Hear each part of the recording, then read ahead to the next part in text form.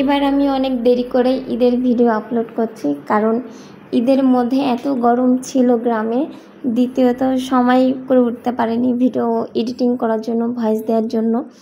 এর জন্য আমি বাসায় আসার পরে ঈদের ঘোরাঘুরির পরে ভাবলাম এখন নিরিবিলি বাসায় বসে ভিডিও এডিট করে ছাড়ি আর কি। যদিও আমার একটু ঠান্ডা লেগেছে, এর জন্য গলার ভয়েসটা অন্যরকম লাগছে। তো আপনাদের সবার ঈদ কেমন কাটলো আপনারা কমেন্ট করে জানাবেন। আর এই যে আমাদের কোরবানির অলরেডি দেয়া শেষ, আর এই হচ্ছে কোরবানির মাংস। আত্মীয় স্বজন পাড়া প্রতিবেশী সবাইকে দেওয়ার পরে এখন যে আমাদের বাড়ির জন্য রান্না করা হবে। আমার শাশুড়ি আর কি রান্না করবে, সব কিছু রেডি করছিল। আর এইদিকে তো হচ্ছে আমি আমাদের বাড়ির গাছগুলোতে দেখতে গেলাম। গাছের আম, আমাদের বাড়িতে এত বড় বড় গাছ, আর এই গাছের আমগুলো এত টেস্ট।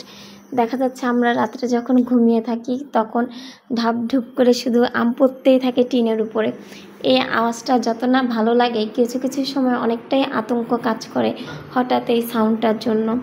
আর এইদিকে হচ্ছে বাড়ির যেই ছোট ছোট আম গাছগুলো, এই আম গাছগুলো দেখতে অনেক ভালো লাগে। প্লাস এই আমগুলো পেড়ে খেতে আরও বেশি মজা লাগে, হাত দিয়েই ইচ্ছা করলে আমগুলো ছেঁড়া যায়। এর জন্য এই গাছগুলো আরও বেশি ভালো লাগে আমার কাছে। আর আমি যখনই হচ্ছে আমার শ্বশুর বাড়িতে যাই তখন একদম গাছের নিচে যে আমগুলো থাকে হাত দিয়ে ছোঁয়া যায়, পাড়া যায়, আমি সেই আমগুলোই হাত দিয়ে ছিঁড়ে ফেলি। আর যখন যেটা ভালো লাগে তখন সেটা নিয়ে খাই আর কি। আর এই যে এটা ছিল হচ্ছে আমাদের বাড়ির পিছন সাইড পুকুর পাড়। পুকুর পাড়েও বেশ কিছু আম গাছ ছিল। আর এই আম গাছগুলোর আমও অনেক টেস্ট, কিন্তু বাড়িতে গেলে দেখা যায় কি কিছু কিছু আম টক থাকে, কিছু কিছু আম মিষ্টি থাকে। সব কিছু মিলিয়ে টক মিষ্টি আম খেতে বেশ ভালোই লাগে। আর যেহেতু বলছিলাম এটা ঈদের দিনের ভিডিও, কারণ হচ্ছে ঈদের দিনের ভিডিওটাই আমরা আপলোড করতে পারিনি, বাড়িতে গরম ছিল প্রচণ্ড।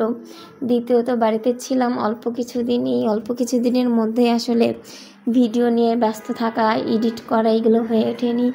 এর জন্য ঢাকাতে ফিরেই আমরা আসলে ভাবলাম এখন ভিডিও এডিট করে ছাড়ি।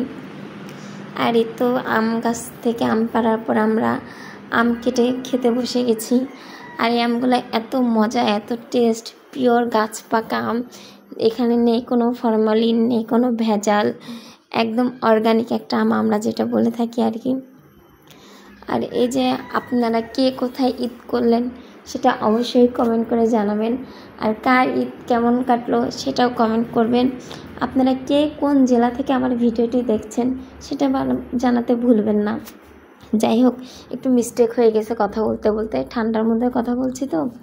আপনারা সবাই ভালো থাকবেন, সুস্থ থাকবেন। আল্লাহ হাফেজ। আজকের মতন ভিডিওটি এখানেই শেষ করছি। যারা আমাদের পেজ থেকে ভিডিওটি দেখছেন তারা অবশ্যই পেজটিকে ফলো করবেন, আর যারা ইউটিউব থেকে দেখছেন তারা চ্যানেলটি সাবস্ক্রাইব করবেন। আল্লাহ হাফেজ।